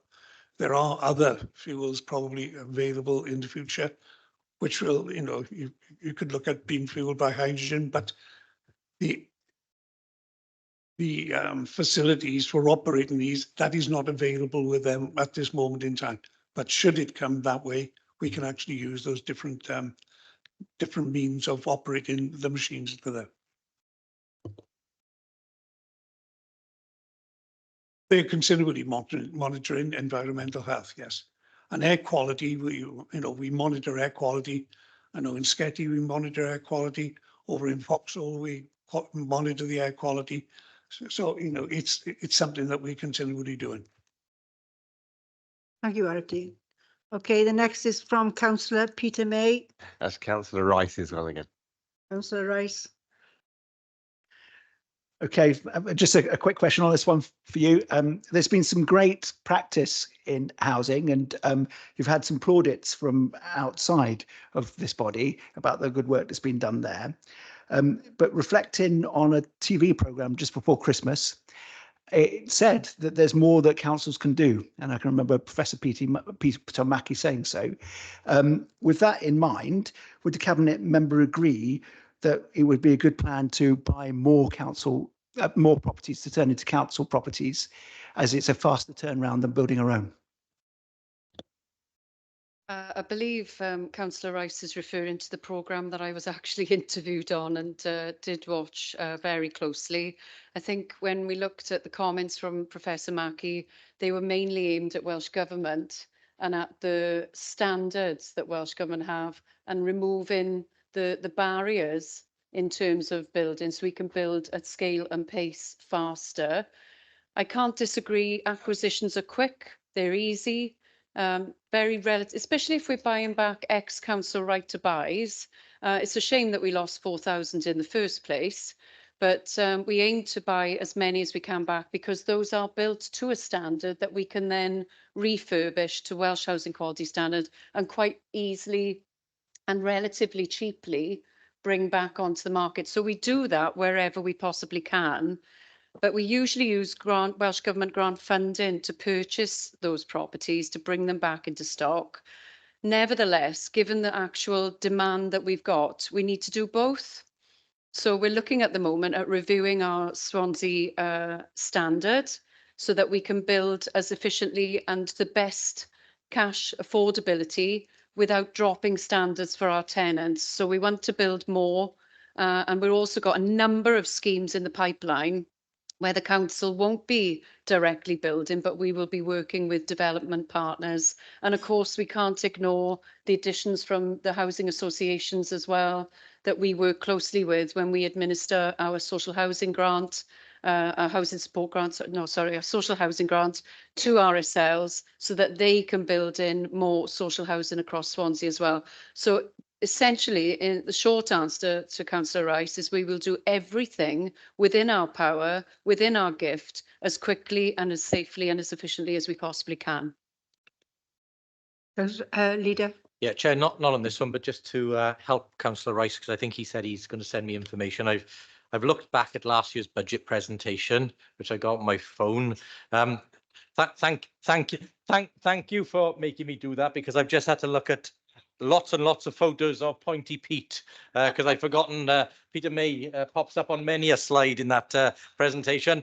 But the actual figure for highways was 7 million plus, and you'll find that not only did we have 7 million plus, we also then included additions for patch team and other highways works, and there were cabinet reports that followed that, where we then confirmed the full amounts, so well above the £1 million that you quoted. Councillor Black. Thank you, Chair. In relation to new build, and a lot, obviously, as you know, whenever a new estate is being built by a private developer as opposed to a housing association, there is a Section 106 requirement in terms of maybe 10 to 20%, depending where it's built. And often that percentage is handed over to a housing association to manage. Is the council looking at being partners with private developers as well as housing associations? It seems to me that the council could acquire properties in that way, as well as the housing associations. The short answer is yes, we are looking at that. And I think Gwynvine is one of the developments where we've got commercial houses for sale, we've got RSL houses, and we've also got council properties on that site. So wherever we possibly can, we want to be part of 106. We want to use all the tools in the toolbox to get as many properties into our stock as we possibly can. Can I ask a second question? Because one of the section B questions indicates there's over 3,000 private sector properties which are empty in the city, some of them in appalling condition, admittedly. I'm just wondering, is Welsh Government grant available to bring some of those back into use as council properties, or is it going to be too expensive to get them up to the necessary standard? The reality is we don't only have to be restricted to looking at ex-council properties. We can look at private properties. There have been a number that we have surveyed, and when we've surveyed them, it's just been not justifiable or viable because the expense of bringing them up to a standard, or they just structurally, it's impossible to bring them up to the standard. But we can consider private properties, and we have bought back some. Councillor Phillips. Rising from those questions, I wonder whether the cabinet member might not fall within, I think it's probably David Hopkins actually. Given that we are having agreements with housing developers to provide 20% of available housing, can we not have a policy that says that we will not accommodate any request from the developer to buy out the obligation to provide 20%? Probably is one for Councillor Hopkins, but I think in terms of 106 and the developers, the requirements on the developer, I think that's more a question for planning committee than it is for this chamber, presiding member. Okay, we move on to the next question. Have we had question 7? Have we had the electric vehicles? No, sorry. Okay, Councillor Peter May then, please. Councillor Rice's, but I'm tempted on this one. The largest sort of capacity electric vehicles I could imagine would actually be refuse lorries that carry the most load. I have seen reports a while back of other local authorities, using bin lorries, and they've had either shorter ranges. So have we in Swansea, bearing in mind we're quite a hilly authority, had any instances where fully loaded bin lorries have conked out on hills or anything like that, or are they fully capable of delivering their objective? Can I just clarify, are we talking the electric refuse vehicle? So we only have one electric refuse vehicle on our fleet at the moment. Like other local authorities that were piloting the EV RCV, we had software issues which were resolved by the manufacturer, and we haven't had any issues since that I'm aware of. Perhaps Councillor Anderson could come in on it, but I'm not aware of the vehicle conking out, as Councillor May has put it, on any hillsides. We did have issues initially with software, but those issues have been resolved. It was a question, not a statement. I think you answered the question, yeah. Yeah, Chair, I think Cabinet Member did answer the question. Just to go forward on it, I was speaking to Mark Barrow today, and we got procurement out for the new vehicles coming in. Possibility, if we can get match funding or funding by the Welsh Government for a possible further electric 26-ton vehicle. I've been assured by Mark Barrow that the vehicle that we got now at the moment did have technical problems with it's like everything as new that's got little things in it. But I've been assured by Mark Barrow he is not afraid to go forward now with electric because Dennis have sorted out this malfunction with the EVs. Anderson, got Councillor Will Thomas. Thanks, President. Just follow up on the electric bin lorry, really. Just wondering, we had a written answer, and I think it was the last council, to questions posed on that. And I'm just wondering, on a follow-up on the two, is that electric bin lorry still used every day? I understand it's still in service. Is it still being used every day? Understanding that obviously it has challenges, but is it still being used, or is it sitting in the yard the majority of the time? Thank you. Thanks for the question, Councillor Thomas. Thomas. As far as I'm concerned, that vehicle is out on the road every day now, and there's no glitches with it whatsoever. Phillips, sorry. I wonder whether the cabinet member could confirm if there are any vehicles that do conk out on hills. Do we have any contingency plans to contact Peter May, because he seems to be running around having his photograph taken, picking up litter all over the place? Want to answer that? I think, you know, if a ward member wants to replace a vehicle when it's not operational and it can't pick up the litter, who are we to stand in their way? The next question is from Councillor Sam Bennett, please. Thank you. More rubbish. Thank you for the response. And also, I want to take the opportunity to thank the Marina Office for all the work they do to clear the rubbish that does collect at the boon across the tower. I just want to ask the question, really, having had conversations with the Marina Office, and you referenced it in your own response here, saying that the waters are cleansed by using a small workboat. Do we think that we've got the equipment available big enough to do the job, given how much wood collect with plastic among it? And if we don't feel like we have, is there anything we're going to do to try and stop plastics? I appreciate there's a lot of other people involved in this, but it's becoming our problem, and it's sitting in the middle of the river waiting for a high tide. Yeah, there's a few parts to that question, so I'll get you a written response in Councillor Hopkins' absence, okay? Okay, that's the end of the councillors' questions then. We move on to the part B. So there's no supplementary. So we now move on to the notice of motion. Over to you, Councillor Stewart. Yeah, thank you, Chair. In terms of the motion, it's self-explanatory and lays out the position I think many members will hold this evening. The announcement did come as a surprise because, as you'll be aware, there's been a transition board in place for a number of months now, which has been working on a plan to retain both the blast furnace and have a orderly transition to a greener type of steel production, namely arc furnaces, which are electric furnaces, which the difference between the blast furnace and the arc furnace, for those who are not familiar with the steel industry, is that in the blast furnace, you can make steel from scratch. So you can make virgin steel. In the arc furnaces, which are electric furnaces, you can only use recycled steel, so using scrap, which is then recycled. Now, the produce that comes out of the arc furnaces obviously isn't as widely usable as the blast furnaces. That's one of the constraints.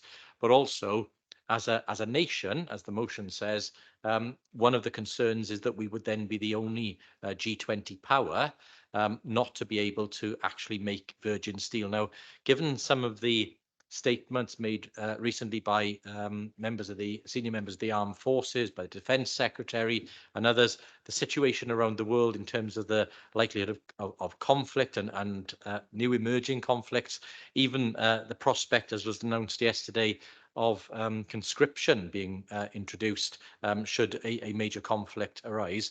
For the UK to then not have an ability to make steel for its own economic purposes or for its own defence seems to be an incredibly short-sighted and dangerous move. So from a national critical infrastructure perspective, this move just doesn't make sense. You layer onto that the fact that the arc furnaces, if they're ever established, will need to have a competitive energy price in order to operate, because one of the other things that Tata has said is that they're losing £1 million a day. Well, why is that, do we think? Could it be that we're paying 3 times the price for our energy in the UK that, for instance, France and Germany and others are paying because of the deregulation and because of the situation that we have in the energy market, which this government has presided over? We got into difficulties because we took exactly the same, or the government took exactly the same approach to energy, which was that we'll rely on a foreign power to provide some or lots of our energy needs. So even if the arc furnaces come along, they won't be able to produce the steel that we potentially need for all the things that we need. They may not be able to do it in a competitive way. And if you look at the climate change aspect of this, well, we were working within the City deal already to deliver 3 key projects as part of the low carbon growth initiative. That's the advanced manufacturing production facility, which has already been built over in Neath Talbot, looking at how we can help to improve the production facilities of industries like steel. Then a specific project called the South Wales Industrial Transition from Carbon Hub, or SWITCH, which was looking at how we can decarbonise steel manufacture and also other heavy metal industries. And then finally, the Net Zero Skills Centre. Now, these are projects that we've taken forward very quickly as part of the city deal. They were projects that were going to employ hundreds of people in order to help secure a long-term green future for steel in South Wales. That's what the Transition Board were working to try and deliver. As a city region, we were working to try and deliver it, and along come UK government and Tata Steel and suddenly say, no, we're pulling down the shutters, end of that story. We're now exporting blast furnace production back to India. And if you look at the comparators, that production capacity and capability in India is a dirtier process than it is in the UK. So all you're doing is giving up your own ability to do it cleaner and pass it to another part of the world. So there's no global gain for the planet in terms of climate change. It's a retrograde step. So on what basis can the government possibly support this?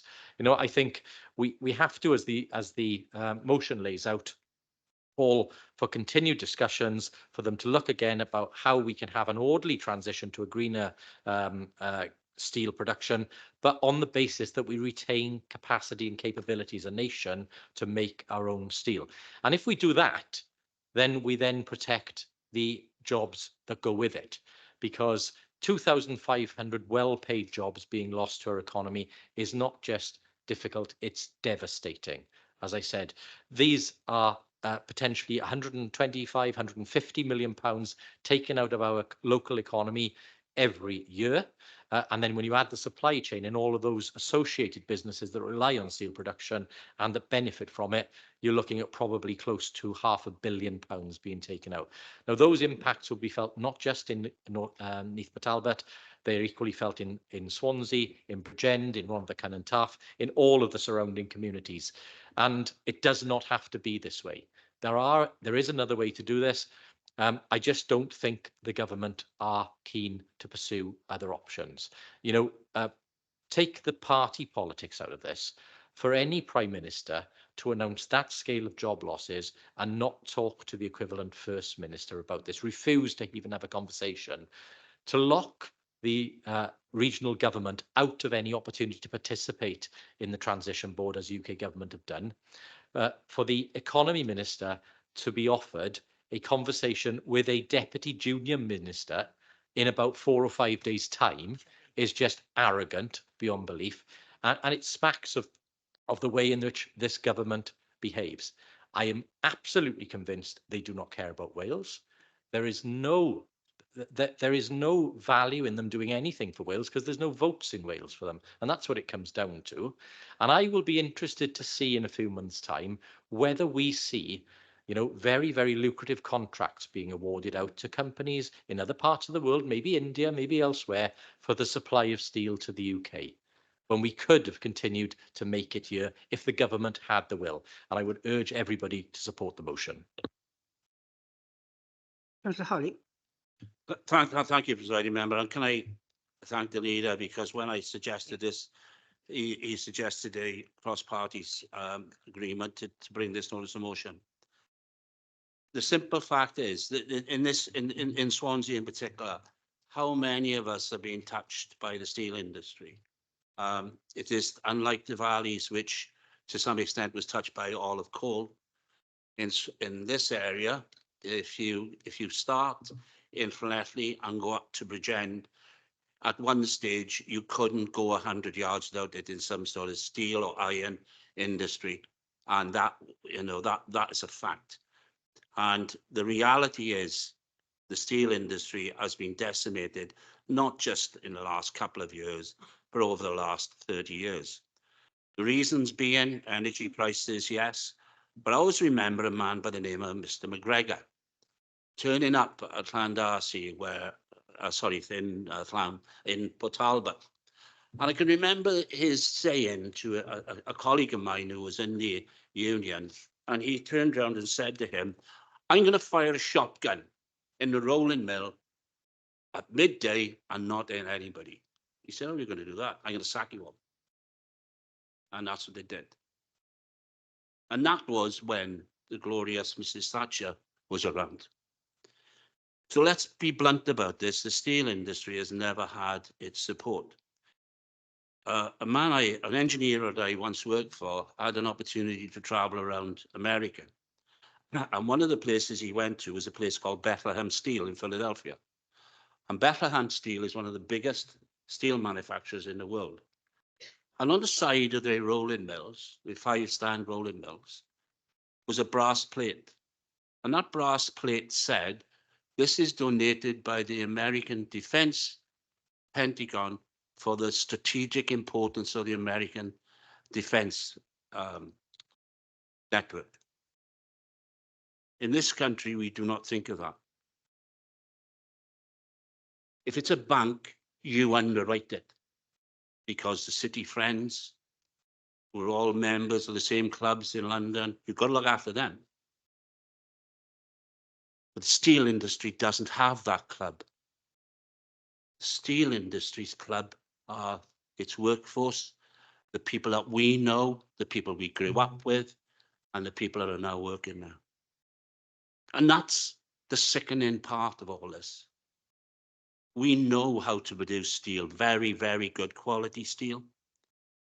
And without the blast furnaces, you do not produce the steel, the virgin steel from iron ore. Electric arc furnaces, I have actually seen electric arc furnaces working for the titanium industry. It's a big copper bowl with a big electrode in the top. You throw all the scrap in, you heat it up, and then you pour the bowl out, and that's it. And that is how electric arc furnaces work. Very little technology, very little employment. And this is the proposal for Port Talbot. I said to the leader, one of the things that I'm really concerned about is the future of young people. I was fortunate. I left school, I had an apprenticeship, like 60 or 70 other people of my age group who went into tech. We all had these jobs. There were loads of industry around there. We haven't got that now. There's 2 or 3 manufacturing places left in Swansea. So what's going to happen? Not everybody can be a computer scientist or a game designer or something of that nature. And to think whether or not does our UK government currently think of Wales, I don't think it does. Regardless of what, I think it was the Secretary of State for Wales said, "Oh, we've given them 100 million for training, that's enough. That's more than enough." It doesn't matter about how much it is. It's what they're going to do. The real issue about this is we are losing a vital part of our infrastructure. We lost it with coal, but we knew that happened for the carbon reduction. There are ways of making steel. I don't know myself how they do it on a low carbon method. But one thing I do know, once those blast furnaces are closed, once they're cooled down, you will never, ever see them again. And we will have lost the ability to make virgin steel in the UK. And that has a direct effect on the outcome of any conflict this country ever got into. Thank God we won't get into, hopefully. But when we can then import steel from Holland, Carter's place in Holland, which is in the EU, by the way, and I'm not sure if any of you realise, but we were told before the referendum, if we stay in the EU, our steel industry will be decimated. Told by Farage, man. We came out of there, and now it's decimated. But there are companies in the EU still producing steel. I'll tell you, I fully support this notice of motion. I think everybody should. I hope every Conservative votes for it, because other than that, we are losing a major part of our industry. Thank you. Councillor Holly. Councillor Lyndon Jones, bring you in there, Robert. Great. Thank you, presiding member. Yeah, it is really sad to see this news about the job losses in Port Talbot, which will have a big impact if they go ahead on the town and the wider community. I disagree with one or two points that have been made in the fact that the UK government don't care about Wales. That's not the case, not least the huge investment in Swansea and of course the free port in Port Talbot. But I was shocked to hear about the losses with Tata. And pleased to hear that the UK government are investing £500 million to save jobs. But I think that could be done differently, like many people before me speaking tonight.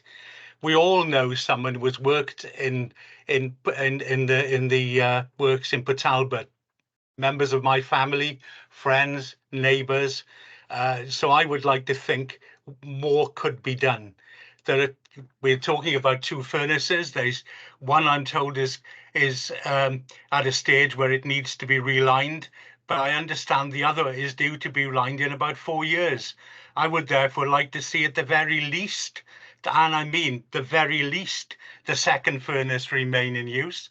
During this time. And this is something I know our leader in the Senate has called for. I would also like to see that furnace remain open for a number of the points that have been made here tonight. Number one, in 4 years, technology will be different.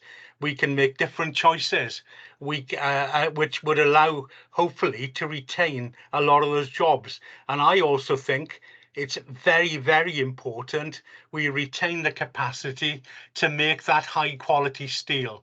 Once we've lost that, it's very, very difficult, as I've heard tonight, to get that back. So it is important. Equally, I'm pleased about the fact that there is 100 million, and I'd like to think there could be more than that, to help people who were to lose jobs. But I think now is the time to do all we can to make sure we can keep those jobs, because it does affect not just Port Talbot, but our area as well. And I think that is vitally important. Thank you. Thank you, Councillor Jones. I got RFD first, and unless you want to come in, I got RFD first. Sorry. Listening to the leader and listening to Councillor Hawley, they have made a first-class case of why we have all got to be supporting those jobs in Tata Steel. It's the government, I said the English government, they are the national government, have treated, I think, the Welsh government with contempt in the way they haven't consulted with the First Minister. It's an absolute disgrace. Councillor Lyndon Jones talks about £100 million and let's try and help people. We were the metallurgical capital of the world. Where are we going? Every day you put the news on, you hearing about whether it's conflict all over the world. What happens if that conflict spreads and spreads? Where's the capability of the United Kingdom without the virgin steel to be able to protect the United Kingdom? Does the government care about that? They're often talking about, quite often wars seem to suit this government because it deflects perhaps of the dire state they get us into. 3,000 jobs. Those 3,000 jobs would be, you can multiply that by at least 4 or 5 times. We talk about a free port. At the moment, we got a port in Port Talbot where the ore comes into 60,000 ton vessels coming in to offload the ore. That ore won't be coming in to be offloaded. So those dockers' jobs will be gone. And do the government care? No, they don't care. Should they be investing in it? Of course they should be investing in it. Our national security alone, it should be. We're the only G20 country that will not have that capability. And just to announce it and not care about it. What do we tell our children or grandchildren? Emigrate? Get out of the United Kingdom? because the jobs are not coming with this government. All I hope are that we have a general election sooner rather than later, so that the public can tell them what they think of them. So it's the national security, the job losses, our economic dependence on other countries, having to import from all over, and in times of conflict, will those imports be available? We all know the answer. And once those blast furnaces are gone, the expertise goes with it. Anybody, you walk into your local pub, your friends, your neighbours, we all know somebody who's been brought up in the metallurgical industries, whether it was tin plate, whether it was copper, whether it was brass, and now steel. There's not going to be anything left. And they don't care. They can say they care. I do not believe they care. They would go on about, well, the environmental impact, our carbon footprint. We got, the electric arc system will work better. That should be, we should have the electric arc system, and I'm looking forward to that money being invested. But that should be as well as. And what they should be putting money into is research and development of bringing the cost of electricity down, because that's what's killing Tata. As the leader said, is that we are paying the prices that they're not paying in France. And in fact, the industry that we all owned, they sold out. And who owns them all now? Mainly the French. So what we owned, the French now own, and it's killing off our steelmaking as well. We have good universities in South Wales. We've always been an innovative country, and that innovation and that investment should be put into that innovation, and how we then find our fuel to become cheaper. But let's not kill off our blast furnaces. I know this side of the house and I know that side of the house. I'm sure we'll vote for this. Maybe the Conservatives will vote for it. Do I believe that they believe in this motion? No, I don't. They play lip service to it. And I'm appalled by this government. Councillor Lewis. Thank you, Presiding Member. Wholeheartedly support this motion. I am pleasantly surprised, as I do believe that Councillor Lyndon Jones was actually speaking in favour of the principles of this motion against the stance that UK government have taken, which is quite surprising, but pleasantly surprised by that. This is history repeating itself. I take you back to 1982, where the Dufferin Steelworks was closed through Margaret Thatcher's government. And here we are yet again with another steelworks being closed. This is short-sighted, not just because of the skills and the job losses and all the supply chains and everything that's connected to that, but also we need to be mindful that quality steel needs to be used in the renewables industry, and Wales could have been at the forefront of that, manufacturing wind turbines. We've only got to look at the opportunities with the Celtic Sea and the offshore wind. Where is the steel coming from for that? Where will the steel come from for the tidal lagoon? What will happen to the R&D, the research and development that Councillor Francis Davis referred to with the universities, where they're actually looking at coated steels to produce solar energy? They're looking at all these things, and all that will come to a grinding halt because we won't have quality steel manufactured on our doorstep. What is the point in having a free port if we can't export something of quality that we were manufacturing in Neath and Batalba and in Trostre? No point in having a free port if you've got nothing to export. As Robert Francis Davis indicated about the importing as well, impacts on that. So I wholeheartedly support the notice of motion. The UK government, they've never been serious about renewable energies. Let's be quite clear. They're focused on nuclear energy. They always have been. They always will be. They absolutely ignore the fact that decommissioning nuclear plants causes radioactive waste that needs to be disposed of. Renewables is where Wales could have really flourished, and we can still really flourish, but we need steel as part of that picture to be able to do it. and they're just shooting us in the foot yet again. I echo the leader's comments. I think Wales are yet again the poor cousins. UK government don't care about us. They stopped rail electrification, and now here they are stealing thousands of jobs from our region. Slow down it. Yeah, thank you, Presiding Member. This is my opinion, as well as a few people I've spoken to, that the central government and Tata have concocted a plan where they will invest between them 1.25 billion to end primary steel making by closing its 2 blast furnaces at Port Talbot and install a scrap recycling furnace instead. Tata and the government are saying that both blast furnaces are at the end of life. This isn't true.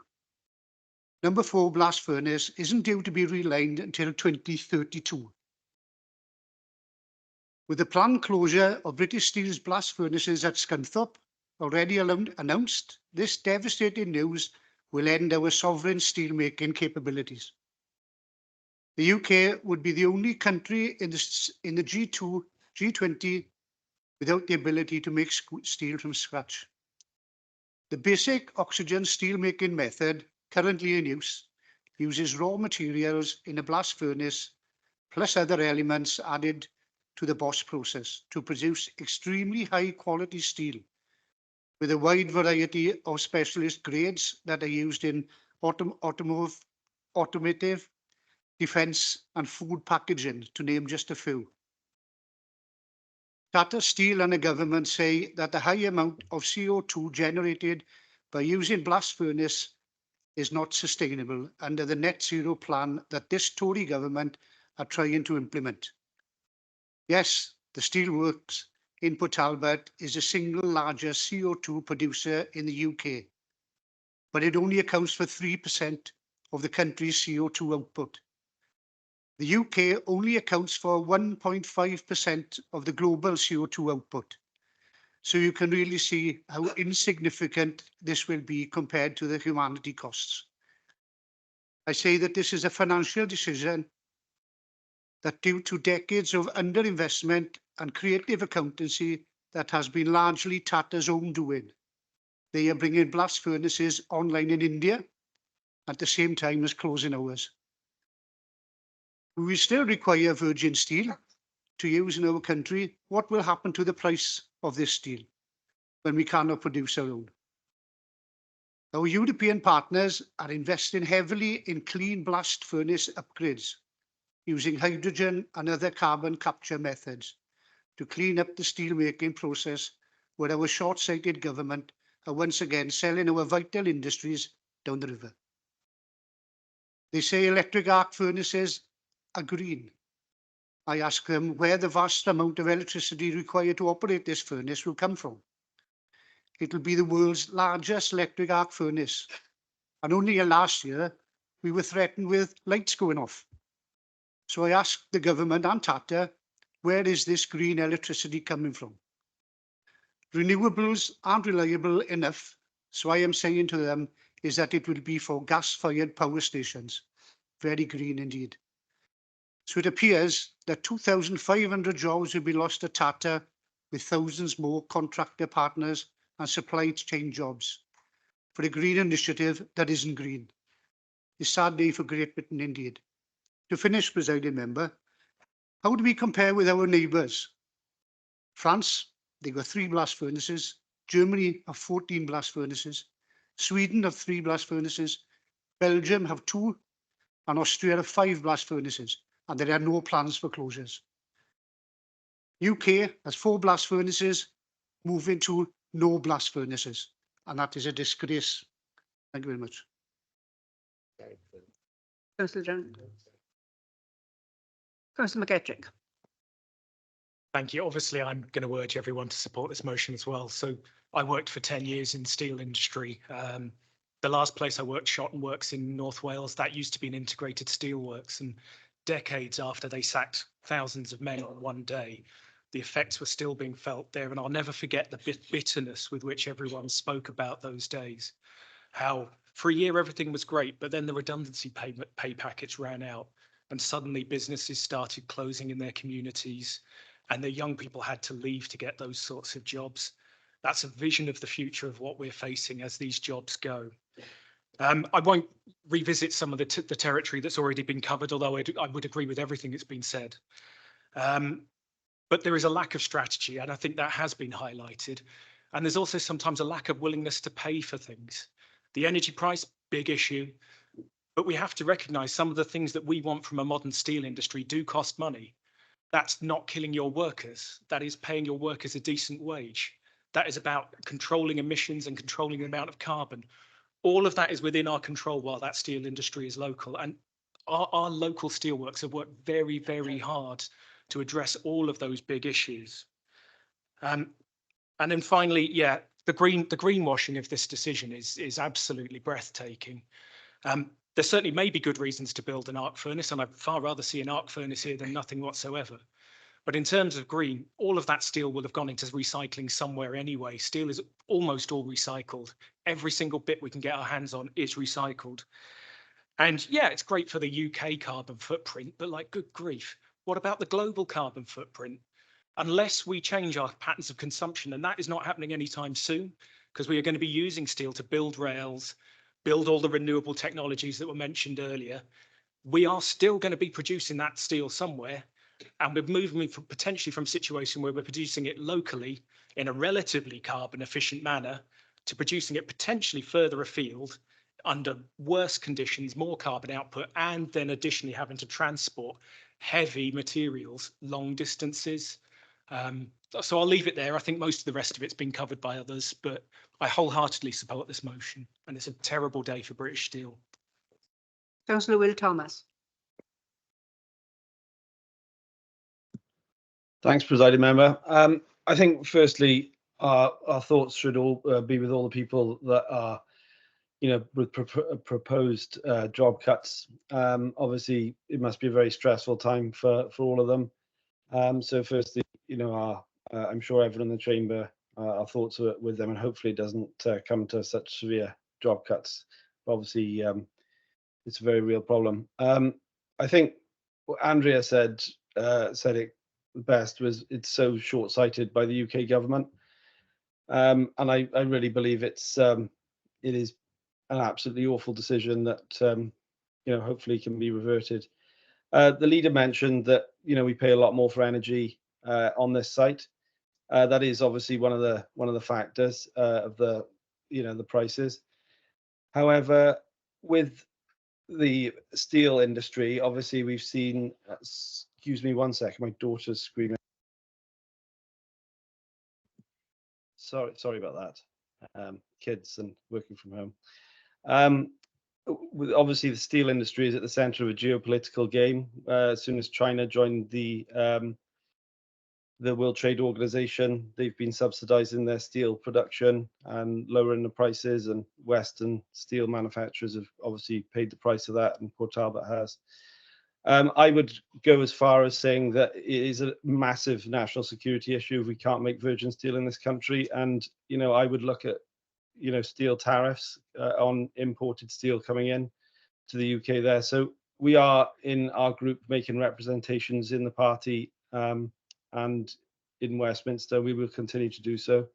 For RFD to say that this is lip service is very offensive to me, and hopefully what I've said here today just confirms that myself and my colleagues are very much in support of this. Thank you. Okay, this is a very emotive subject, I think. I've got a number of speakers, so if I can ask you not to repeat what's already been said. So if you've got something new to bring to the debate, I'd welcome that. And the next speaker is Councillor Smith. Yes, thank you, President Member. And a lot of what I was going to say has been said.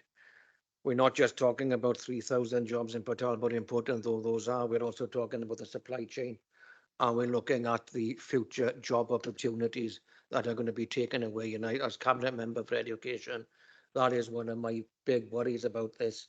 It's not just the jobs that have been lost now, it's the future job opportunity. Now, I'm slightly older than you, Andrea, but I was a teenager in the 1980s watching the cuts in the steel industry, 1980, 81, McGregor and that agenda.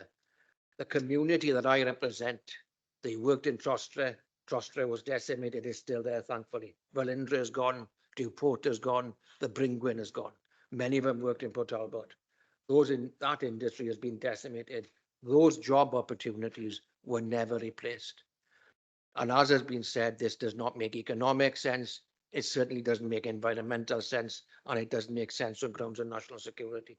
So I think on all of those arguments, this needs to be reversed. I'm glad we've got consensus here, but I think we need a regional approach. The leader has already pointed out the work done in the city deal that could bring this to become a modern, cutting-edge steel production facility in Port Talbot. That's what we need to convince, and that's what we need to aim for. Councillor Phillips. I think we should be clear that tonight has been a very important occasion. We have seen for the first time in a long time the Conservatives supporting a motion that is against their government. I'm not surprised that Councillor Linden-Jones is in support because, like his colleague, Councillor Thomas, they're decent guys. And so often Councillor Jones has been sent here to defend the indefensible. But not tonight, because they recognise, as most other people in this chamber do, that this is a most important issue. It's not just about the jobs. It's not just a financial issue. It's a political, ideological issue. We've got into this mess because of politics. The reference was made to the nuclear industry, to our power generation, to our water supplies, and our electricity companies, which are in the hands of foreign nationals. Is there not should now not be a recognition that the production of steel is of such national security importance that it actually should be in the hands of the government and not in foreign actors who may at some time be on the opposite side of any national political disagreement?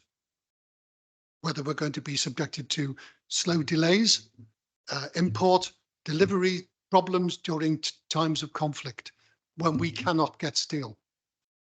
If we do not make our own steel, we have less of a bargaining chip. If we do not make our own steel, we are at the mercy of whatever is produced elsewhere, good quality or bad quality. Would it be too much to ask Councillor Jones to go along with me to say that now is the time that the government should renationalise the steel industry? Councillor Rice. Thank you, Chair. I'm in full support of this motion, as everybody else in this room is. I think, as members have said, it's the wider impact on the community beyond the crucial issues that we've already spoken about. It will have a fundamental, long-lasting effect on South West Wales if this is to go ahead. Everything from education to finance to security, and I'm sure all the group members here amongst us all agreed, and I know, Alan, you worked in steel as well. This is just a crazy decision and it needs to be stopped. Councillor Keaton.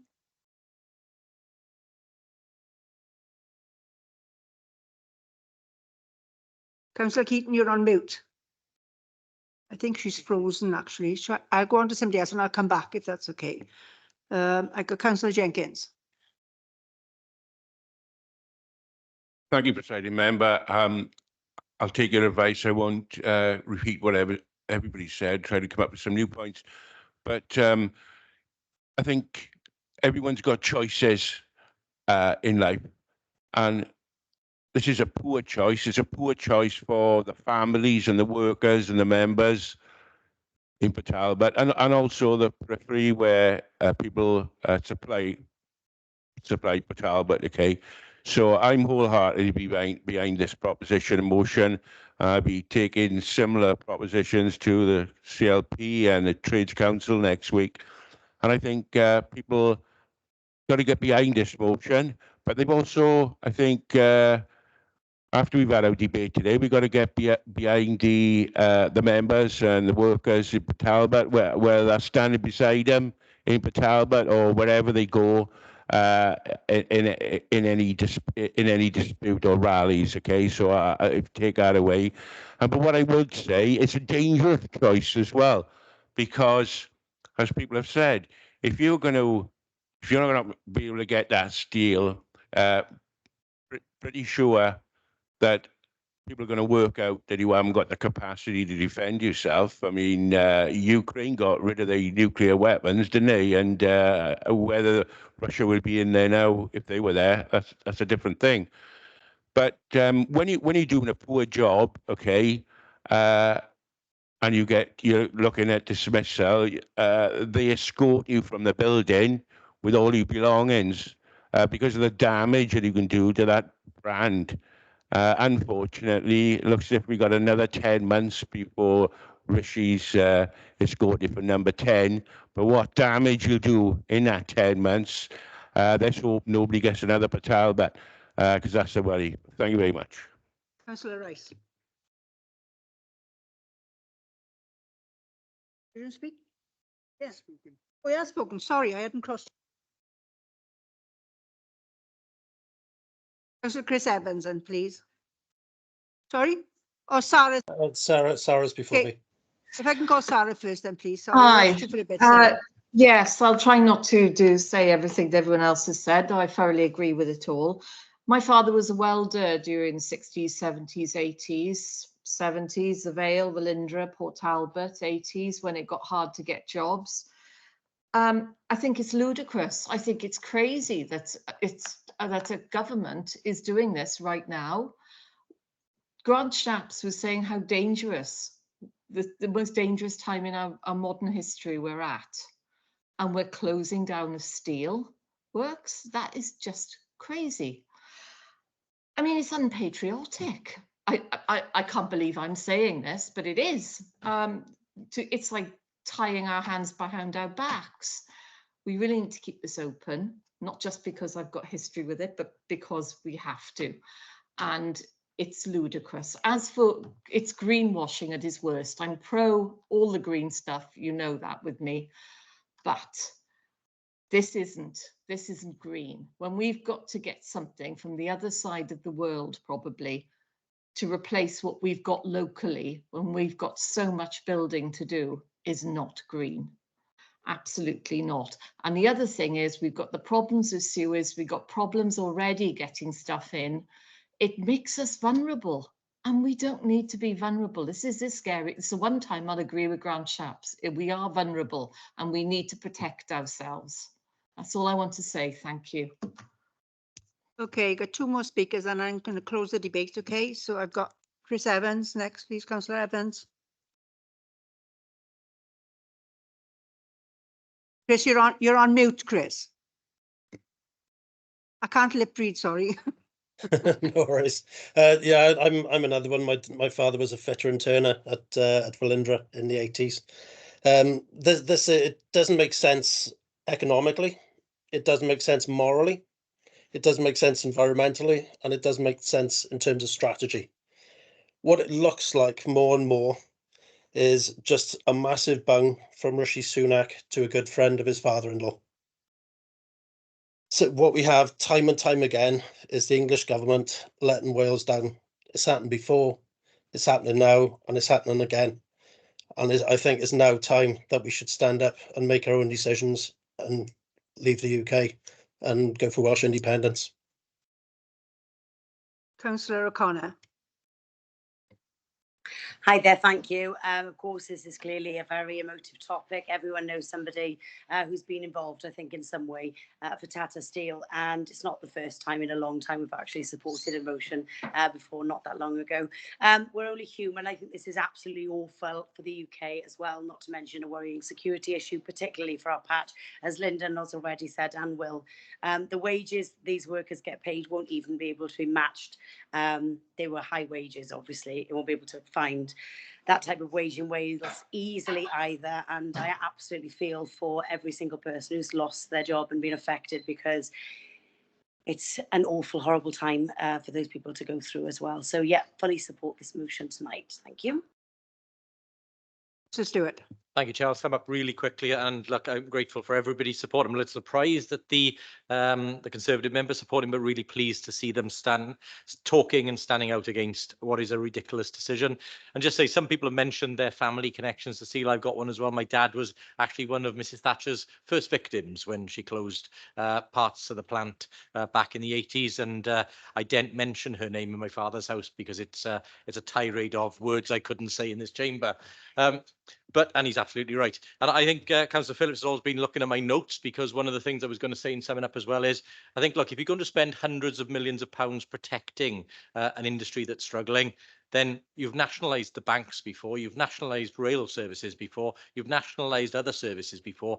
We should not fear nationalising part or all of the steel industry to protect something that's of critical national importance to this country. So thank you for your support, and Chair, happy to go to the vote. Okay, it's been proposed and seconded, so can I have a show of hands in support of the motion, please?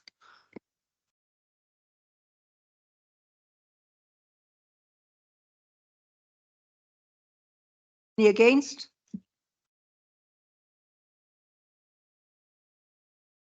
Any abstentions? And I'm pleased to say that's unanimous. Okay, thank you very much, everybody. Okay, thank you all for your attendance, and thank you for your patience. It's been on a little while, so thank you all. Bye.